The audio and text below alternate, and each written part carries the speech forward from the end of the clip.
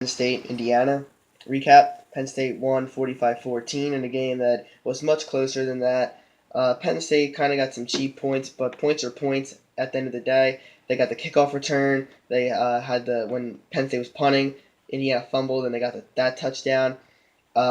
Indiana had another fumble that put them in their territory. I think they had another one that put them around midfield. So Penn State capitalized many points off of turnovers, but Penn State didn't look all that great.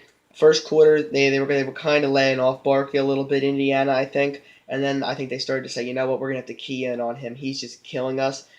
Some defenses are just going to try to do that and make Penn State pass because Barkley was getting too much separation towards the outside on some of those jet sweeps and some of those sweep routes that would just bring him outside, and he would just get past their defense.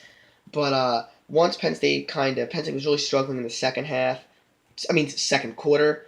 The second half they looked much better. They were passing much better. McSorley found Hamilton multiple times. Juan Johnson had a few nice plays. Blacknall and Tompkins also contributed. And they were really McSorley was just throwing it up there like last year and letting them catch it. Defensively, Penn State played very well. I thought Indiana had a couple okay drives going, but it seemed like whenever they started to get a couple first downs, either they fumbled or they ended up going the distance and getting the touchdown. Indiana had many 3-and-outs, and there were a lot of times where they only got like a first down or two, and then they either fumbled or they ended up punting it away. Indiana had two nice drives, but other than that, they really didn't do much on this defense.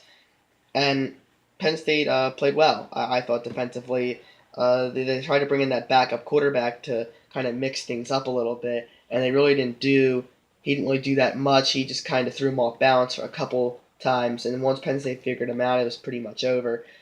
Penn State eventually figured Indiana out and started making better plays, kind of like last year a little bit. It was just weird because Penn State really didn't deserve to win this game by as much as they did.